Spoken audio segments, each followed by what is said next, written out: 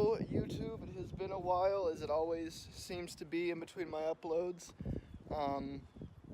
A lot has happened since I have last talked to you. A lot has also not happened, if that makes sense. Things have been hectic, a lot of school happening right now. We were talking about it this morning. It always feels like fall semester just flies by, whooshes by.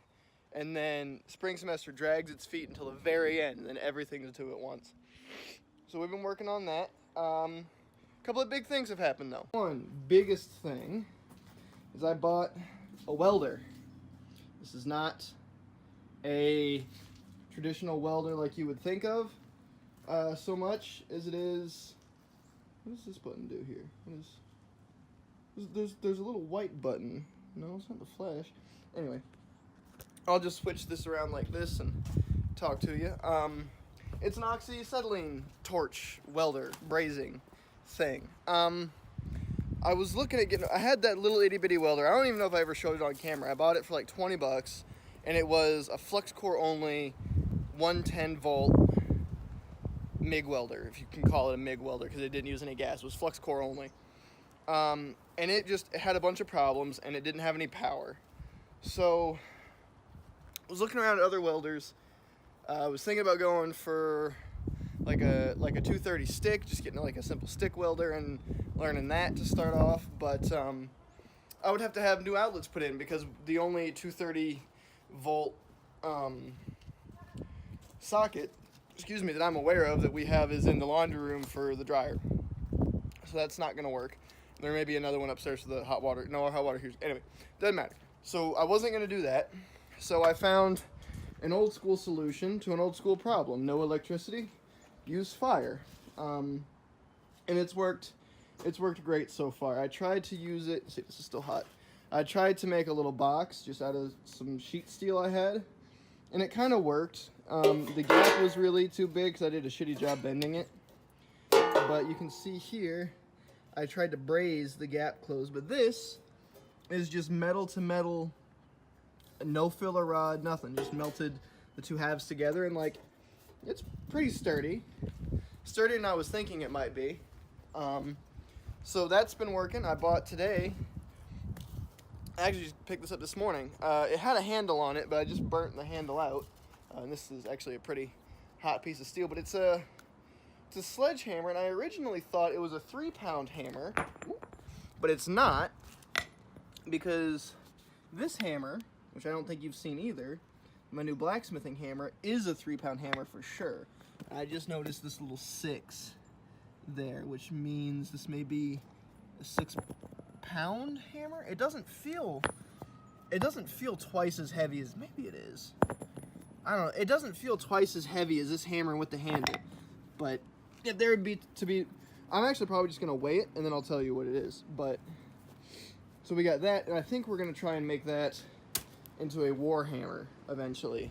Maybe since it's from Japan, we'll do like a Japanese style war hammer. Did they ever use war hammers in Japan? I don't know if that's a thing there. But anyway, what else can I update you on while I've decided to ramble to my camera? Let's go inside. It's cold out here. I don't want to be out there if the torch isn't on. I need to edit and upload the other part of that video, the last one that you guys got about the knife. I was in the process of making another knife. Let me show you that. So I worked on this knife for forever, and I love the profile of it, and I would love to come back to it and redo it. The problem was, the first time I did it, I got to the grips, and I was setting the pins, and I cracked the grips. So but they were already epoxied on, so I had to burn those off, and then retemper the blade, and when I did, that happened. Now that, by itself, would have been fixable. The other thing that happened, and I don't know if it'll show up on camera, but there's a crack that runs all the way up, and I just didn't feel comfortable. I didn't want to continue with this, so we're going to leave this here. It was a learning experience. I learned the limits of the steel that I was using. So this is the 1095, same one that the first blade is made out of. and it just didn't work. So this is going to stay as it is, half finished, as kind of a reminder to not be a fool when you're doing stuff. I think the whole southeast is getting some nasty rain. We were under a tornado watch last night, which almost never happens here.